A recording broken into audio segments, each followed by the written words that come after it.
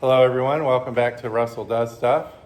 My name's Russell, and that was the name my mom and dad gave me. And I work 6 hours on Monday, 6 hours on Tuesday. Whatever I don't get done, I work on Wednesday morning.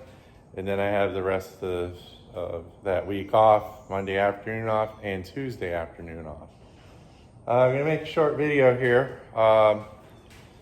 I'm putting the back brakes on my work truck, and a lot of people, won't attempt to do something like this. It's newer vehicles. It's relatively easier to put brake pads on vehicles. Drum brakes, a little more difficult. You need spring tools and stuff like that, and a genie in a bottle sometimes to get those brakes to work. But when you're in business for yourself and you're just starting out and you don't have a lot of money, you're going to need to do some of this stuff to cut some corners, save some money. Because the more money you can keep in your pocket, you have that money to go invest in your business and stuff, okay? So I'm right in the middle of a brake job here, and I ran down to Napa and I got some brake shoes here, some brake pads. And caliper comes off with 2 bolts right here, and then you take a vise clamp like this and squeeze the piston back in. And I always like to set the caliper on top of something, so I use this jug here.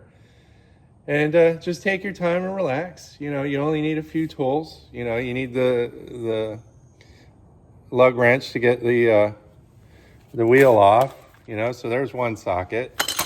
Then you need, another socket and a heavy duty here to bust it loose, and then you can, spin it free with that. And there's the old brake pads right here.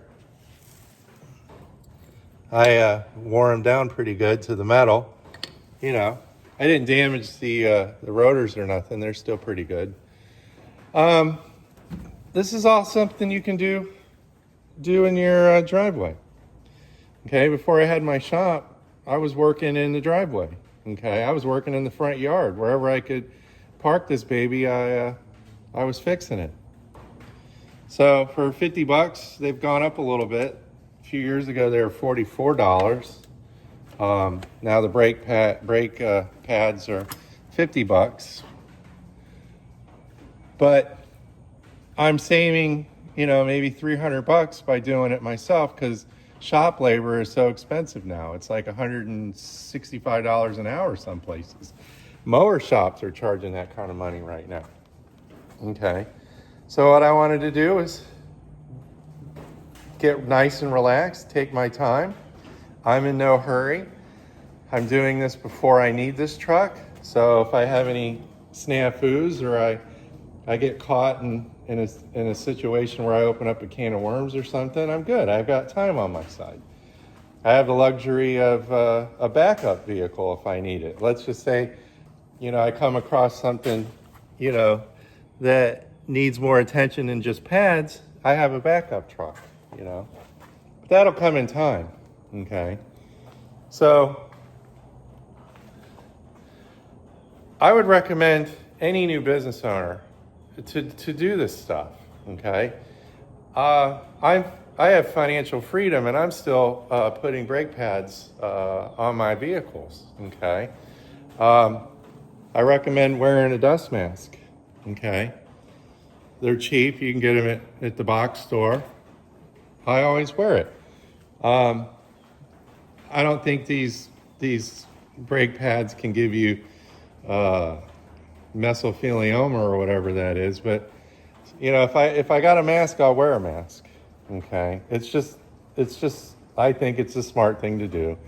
I have friends that wrench on stuff all the time, and they tell me, oh, don't worry about anything, you're going to be all right. But then again, I've met somebody who's got lung cancer, and they think it may have came from a brake job or something. So just always mask up, just to be on the safe side.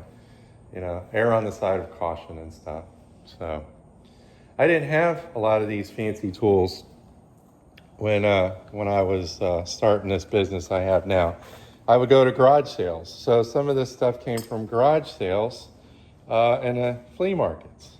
I broke down and I finally bought some nice Milwaukee stuff. And not knocking any of the other brands, but I swear by this stuff. You know, I've got good chargers, good batteries. They last a long time. They hold a pretty good charge. And it cuts down on the time for doing the job if you've got, you know, the right tools. But when I first got into this business, after I started all over from scratch, I didn't have any tools. You know, I was using a 4-way lug wrench. I was using whatever I could scrounge up, you know. So once I became debt-free and had financial freedom, I started adding to my collection of tools, you know. I'm always going to work. I'm always going to tinker on something. I'm always going to restore a Jeep or something. I'm always going to work on my own stuff, you know. There's no real big secrets to doing any of this stuff. If you have a certain issue or a model that you're not sure about, you know, YouTube it. I guarantee you someone on YouTube has done that repair. I would recommend watching 3 or 4 different videos and glean as much information from those 3 or 4 videos as you can, because you're going to catch something that will aid you and help you get this done safely, correctly, and faster. So one other thing as I always do is I put another jack stand underneath the vehicle. Okay, I don't rely on this thing to hold the vehicle up by itself. I'm a big fan of jack stands. So if you can get jack stands, get the ones that are painted red. Don't get the ones that are orange. The welds don't hold up as good. And some of you guys out there that know what I'm talking about, know what I'm talking about. So, but don't be afraid to tackle this. This is going to take me about 15 minutes per side. I'm not videoing everything because this isn't one of those videos where I'm going to step by step walk you through it. This is an encouragement video. I'm encouraging you to try something on your own if you've never done it before.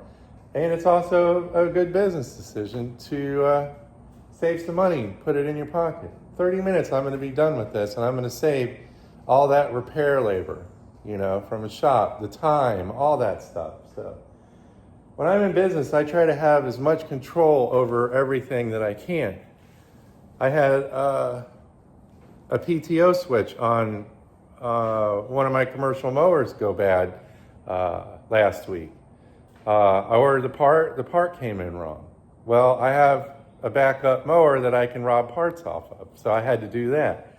So when you're in business for yourself, you run into these little challenges and you need to overcome them. Being as prepared as possible is the best advice I can give somebody. I need to go out and work on Monday, and if I didn't have backup stuff, I wouldn't be able to work. I'd have to run to the parts store, cross my fingers they have what I need, hope the pins line up, and I can get rolling again. I've suffered at the hands of my lack of preparation and preparedness. Poor planning equals poor performance. I've been down that road. So just some things to think about, you know. I carry around an extra key switch with me in case the key switch goes bad on any of my equipment. If I'm out in the field, I can just make the repair and I can keep right on rolling. So, well, this is Russ, and this is my YouTube channel, Russell Does Stuff, and today I'm doing stuff. I'm saving some money. And when I drive down the road, I'm going to know that I did it, and it's done right, and I saved a bunch of money. I'll catch you on the next one.